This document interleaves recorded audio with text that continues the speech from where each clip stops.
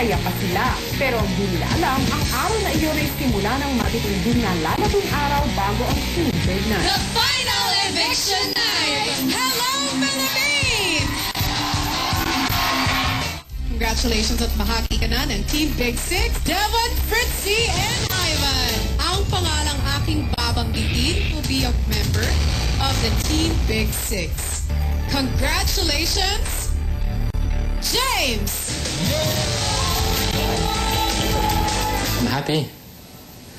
I'm kind of shocked that I got into this position. A few weeks ago, I was just sitting at home watching TV, and now I'm here. It just feels like it's too good to be true. You may now step on your star because you are safe tonight. Brett! So many challenges, so many good times, hard times, all leading up to this moment. It's really amazing. Like, I came from really nothing, you know? I mean, I never thought life could turn out like this. Seriously. It's like one of those stories that you tell people, like, I came from nothing, now all of a sudden, all these things are given to you. It's such a big blessing. Let's go to that. Wait till tomorrow.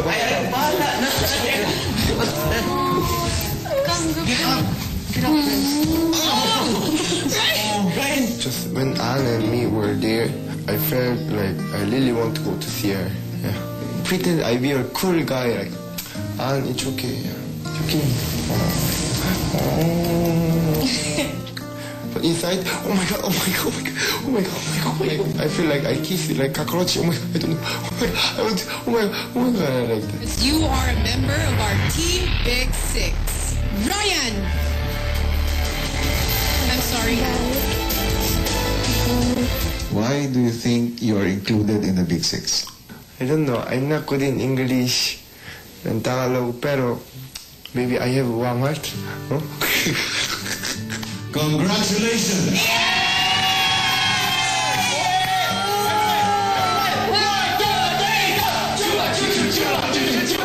Walang kamalay-malay ang Team Big Six na isang pagbabalik ang nagaganap sa kanilang bahay.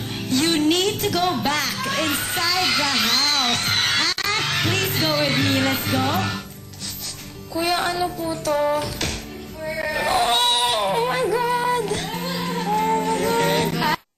Hi! Welcome to the house. And we haven't met yet, but hi. Yeah. Sige. Bakit nga kaya nagbabalik ang ex-housemates? We have all different language, Bisaya or whatever, English. We have all different looking and different country, but we have same heart, Filipino heart. Chuchu.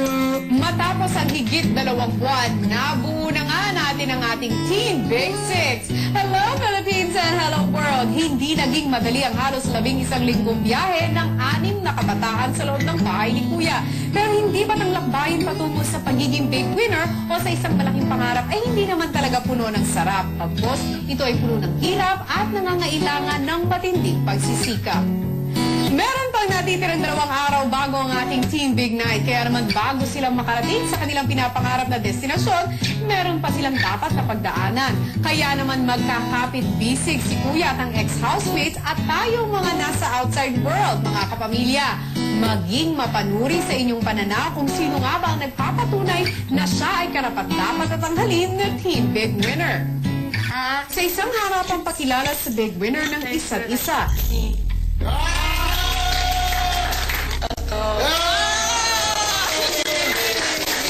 Tanging sina Devon at Fritzy lang ang nagsabit sa kanilang mga sarili ng medalyang nararapat para sa isang big winner. Kaya naman, Naniniwala pa rin ba kayo na karapat-dapat kayong maging big winner? Apo. Kasi yun po, unang-una pa yung bago pa nag-start, parang I believe in myself and yun po, ginawa ko po lahat para makamit yung dreams ko. Before po talaga ako dumating, yung nalaman ko po, babasa ko. Like, I was aiming for it po talaga. Like, gusto maging big winner. Pero, hindi madali ang pag-abot sa isang pangarap. Opo. Ito ay nangangailangan ng determinasyon, ng tiyaga at pagsisikap. Kaya, Fritzy, Po. Devon, Po. ang hamon ko sa inyong dalawa ay ito. Patunayan ninyo ang inyong dinideklara sa taong bayan na kayo ay karapat-dapat na tawaging big winner. Opo. Kayo ay dadalhin ko sa isang lugar. Bit-bit lamang ang mga bagay na kakailanganin ninyo para sa ilang araw na paninirahan doon. Oh my God, I love you, Fritz. I love you so much.